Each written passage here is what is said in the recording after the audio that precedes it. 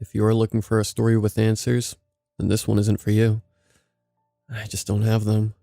Hell, there's barely a beginning, middle, or end to this. The explanation I've been looking for could be simple. Maybe I'm just missing it because I'm too close to the situation. Perhaps that's where you come in. I'm open to any explanation you have. All I know is that I'm half a bottle of rum deep. The words are flowing, and I'm finally ready to get this off my chest and be rid of it. What I'm about to tell you is the most frightening encounter I've ever experienced, and this seems like the perfect place to share it. With that being said, I'll dive in. It was nearing Halloween 3 years ago, mid to late October. Late enough that Halloween decorations were up. The odd firework would go off, and all the classic horror movies were playing on TV. But no one was trick-or-treating yet, since it wasn't the actual date. Imagine how you'd react if someone showed up at your door before Halloween asking for candy.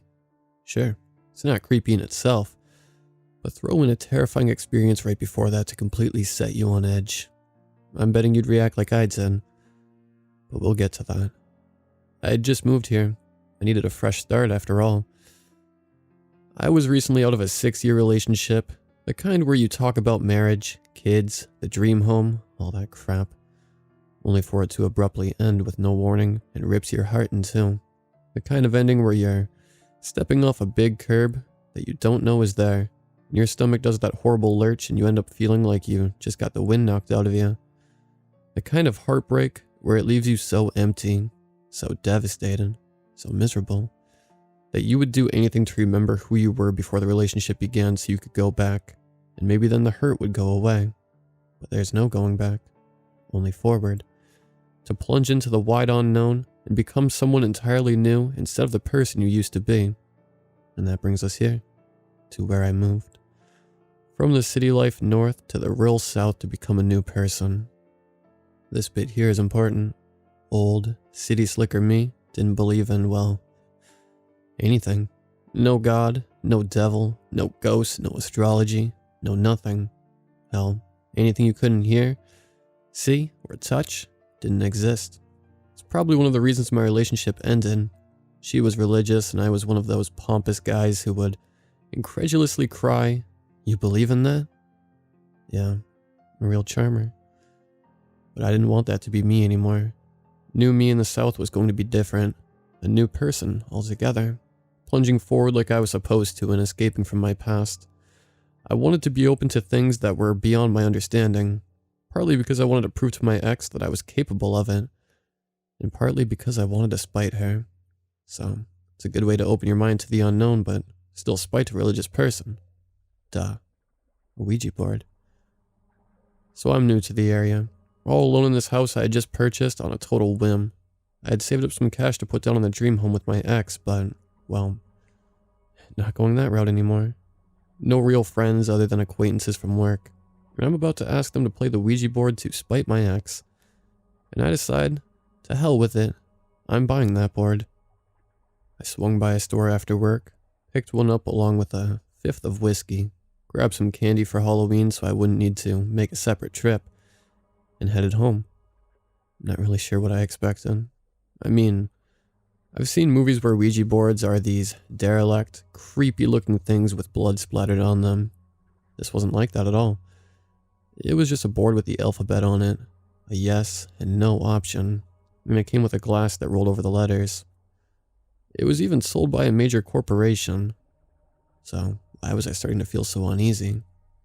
For someone who didn't believe in this type of stuff, a familiar sensation began to prickle at me, and eventually washed over me. I realized, as I frequently glanced over my shoulder, that I was actually a little bit scared. I gave my head a quick shake, scowled at my glass of whiskey, threw it into the back of my throat, and gave a gruff, "Let's do this."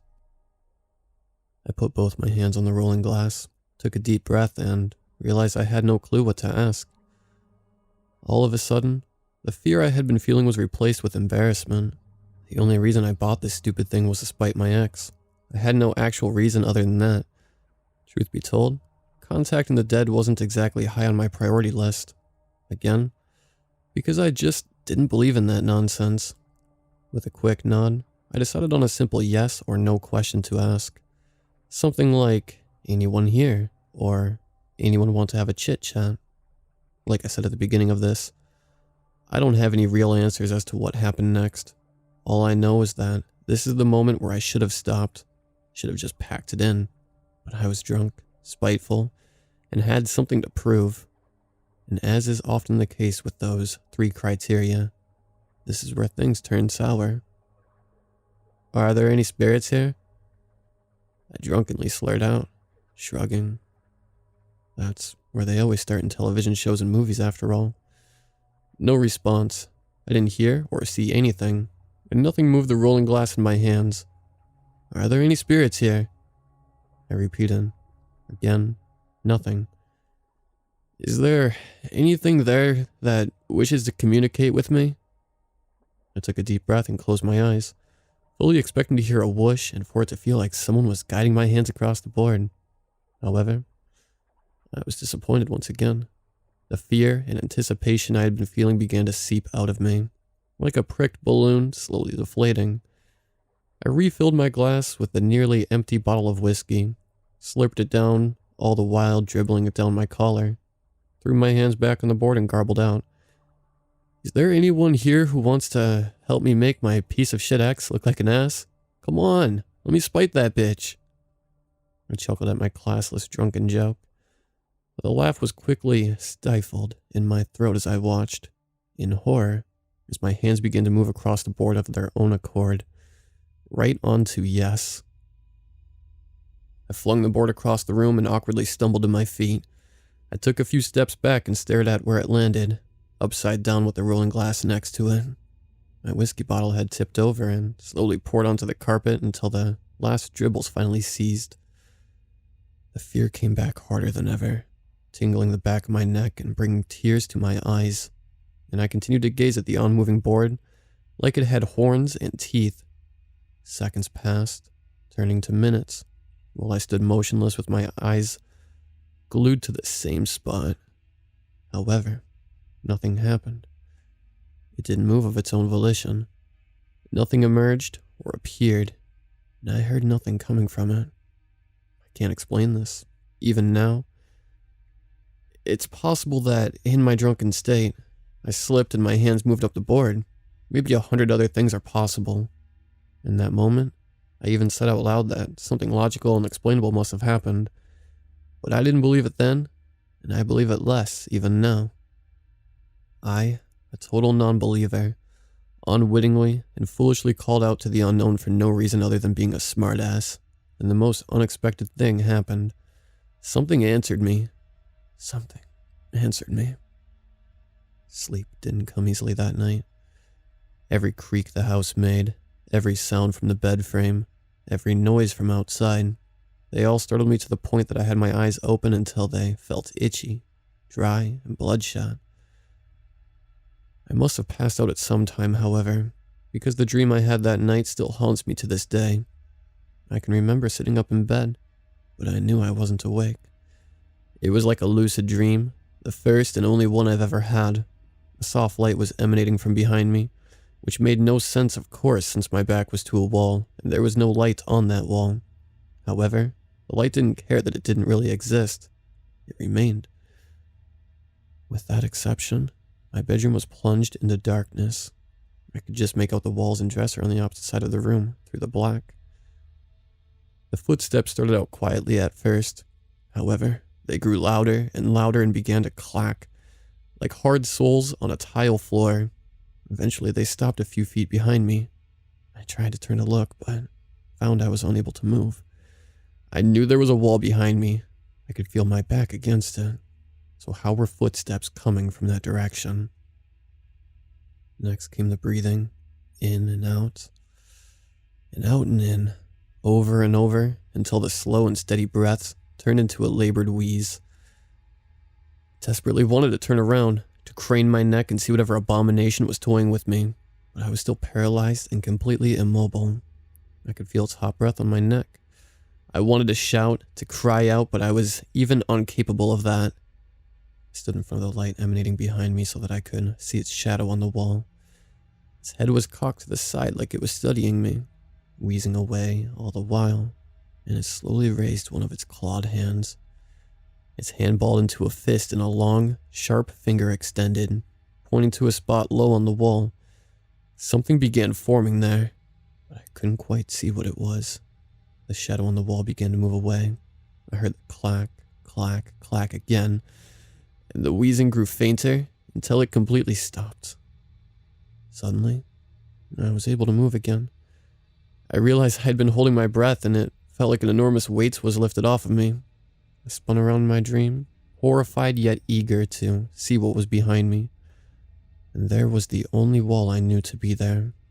I allowed my gaze to wander back to where the shadow had pointed, and noticed letters forming. With a small gasp, I realized it was the same lettering from the Ouija board. I don't think I'll ever forget what was written there. In bold letters it read, "The beast comes." The next day passed in a blur. The events of the previous night sat heavy in my mind. I wasn't able to shake the dream that I had experienced. I kept seeing the shadow every time I closed my eyes, and hearing its wheezing breath. Mix in a poor sleep and hangover to that, and you get a crap day of work just wishing for it to be done completely, with frequent glances to the clock. I slogged through it and rushed home, eager to lay in bed with the lights off so that I could suffer in peace. Now, that brings us back to the beginning of the story, where I had mentioned that someone showed up at my door asking for candy when it wasn't Halloween. The last section may have felt like a detour, but I feel it was essential to include. Though I didn't piece it together at the time, I genuinely believed what happened next was directly caused because of that damned Ouija board. This is the second part, the single most terrifying experience of my life. The experience that I believe will forever look back on as the moment that plunged me headlong into becoming a new person. Whether I like the new version or not, there is no going back after all. It was about an hour after I got home from work. I had been in bed, partially dozing, when 3 hard knocks came at the door. Bang, bang, bang. With a start, I groggily climbed out of bed and rushed to the door to find a child standing there with a pristine white sheet over their head and a plastic bag held outstretched, being gripped from inside the sheet, using the fabric like gloves. "Trick or treat," they exclaimed. "I certainly wasn't expecting any trick-or-treaters before Halloween," I said thickly, still addled from sleep. "Lucky for you, I picked up some candy early on. Hold on a second." I strode to the kitchen quickly, grabbed the candy bag, and hastily returned to the door. A lucky kid being my first customer. "Here, have a safe night." After plopping the candy in their bag, I watched them turn and leave, their shoes clicking away on the cement, the tail of the white sheet dragging on the ground behind them. A pretty lame attempt at a ghost costume, admittedly, but hey, candy is candy. I was so groggy and taken by surprise that it didn't even occur to me that the sheet had no eye holes. About 15 minutes later, after I had laid back down, another series of knocks came from the door. Bang, bang, bang. Once again, I clambered out of bed and made my way over to the front door. After seeing my visitor, I quipped, "Back so soon, are we?" There stood the child again, the white sheet still covering their body. This time, however, they had drawn red circles on it where eyes should be. Their hands were outstretched, still carrying their plastic bag with the sole content in it, a candy bar I had dropped in minutes before. "Trick or treat." "Oh," I stammered. "Well, it's not quite Halloween yet, remember? I mean, are you doing it early for some reason this year?" Took a step out of my front door to peer around the corner.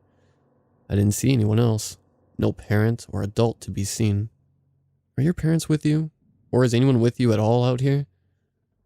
The child hadn't moved out of the way, and didn't even seem to notice my questions. "Trick or treat," they shouted again, though in a slightly deeper voice this time, I noticed. "Okay, I can give you another piece of candy, but after this time, try to go to some other houses, okay?" I repeated my routine of going to the kitchen, grabbing another candy bar, and heading back to the front door and dropped it into their outstretched bag. "I'm happy to put another piece aside for you when it's actually Halloween. Sound good?" No response. The child was small. They only came up to the bottom of my chest or so.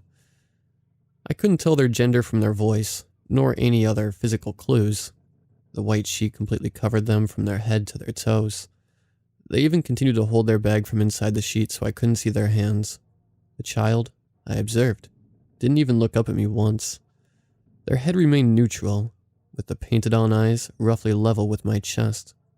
Abruptly, they turned on their heel, once again click-clacking down the pavement and away from my house, their sheet trailing behind them. It was certainly strange having a trick-or-treater this early with no parental supervision. But maybe that's how things went down here. I was new, after all, and completely unfamiliar with a lot of the traditions and customs. Unsettled as I began to feel, I shook it off and closed the door, ready to return to my bed where I could finally sleep this hangover off. However, as I was striding to my bed, the events of the previous night began to unfold in my mind's eye, something moving my hands in response to my question. Flipping the bed over, my nightmare, the wheezing breathing, and I began to realize why I was so perturbed. The click-clack of hard soles on tile that the shadow made when it was leaving.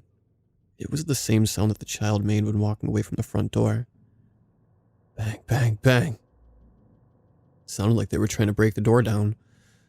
I sprinted over to the front door, yanked it open, and stood in front of the child who I knew it would be.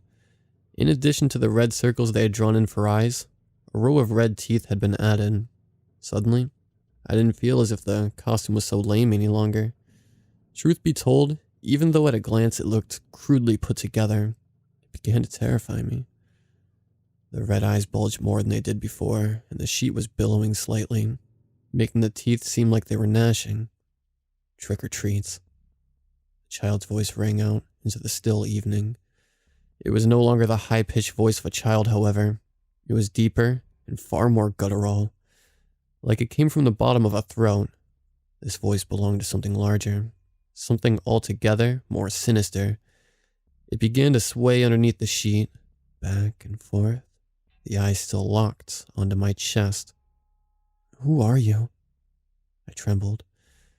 It seemed like such a silly question to ask a kid, but I, petrified by this point, it seemed like a simple prank, going to someone's house and messing with them before Halloween. But in my elevated state, I wasn't finding it funny.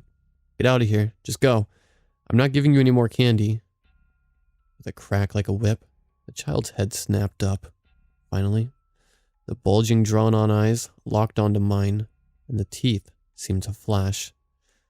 The child turned around slowly and took 3 paces down the walkway. Clack, clack, clack. Then the child stopped. Just stopped, not moving an inch. "Enough of this. Get out of here," I roared. I rushed over the threshold and grabbed at the child's sheet.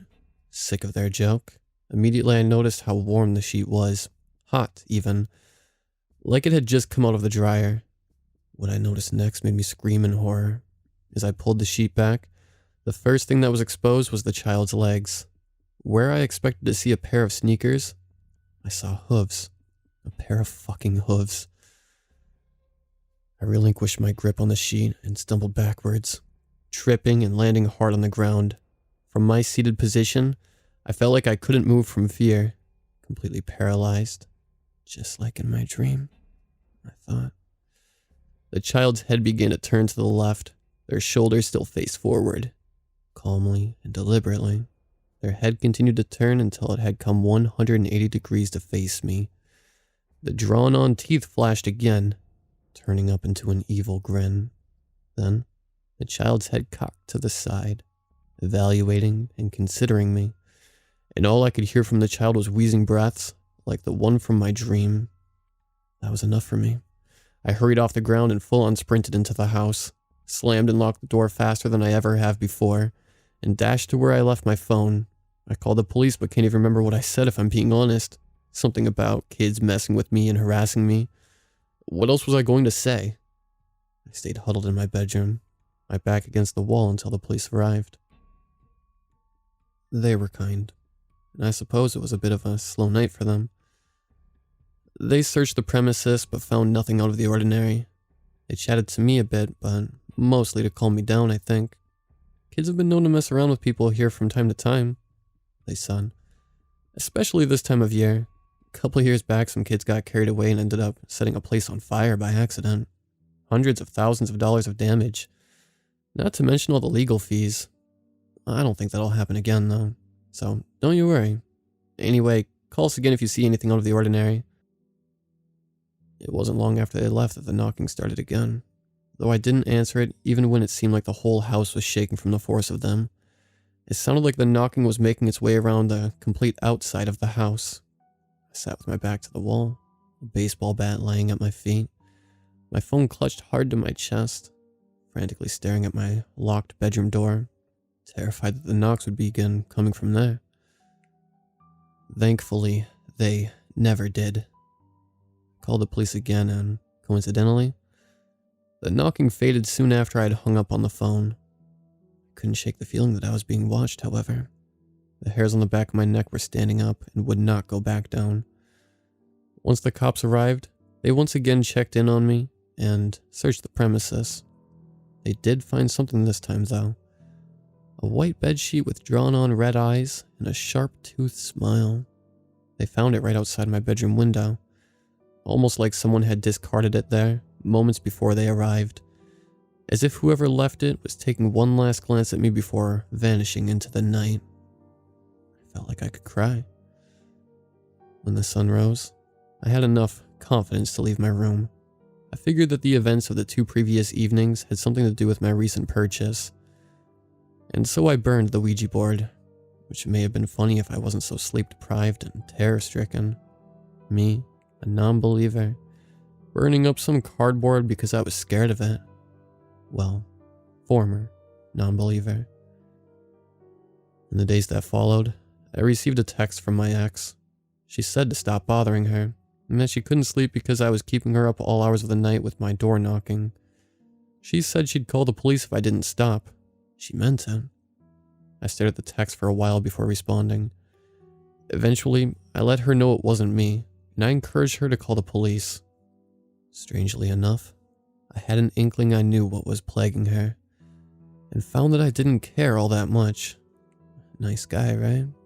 Or maybe I was beginning to let go of the past like I'd been wanting to do. My first steps to becoming a new person. Amazing how quickly a horrifying experience can change you. And that brings us to the end of this disorganized tale. I said at the beginning I didn't have answers, and I meant it. I also said it could be something easily explainable. For instance, like kids messing with me. No matter how often I tell myself that, I don't believe it. I don't want to believe it. I do, however, believe that the true explanation is staring at me in the face. It's staring me in the face with bulging red eyes and an evil, sharp-toothed grin. It's staring me in the face and waiting for me to admit I was wrong. Well, I was wrong. I didn't believe, and now I do. Though it's funny. I don't know what I believe, but I don't think that's the point. All I know is that I believe in something, and that's enough. And maybe you should believe too.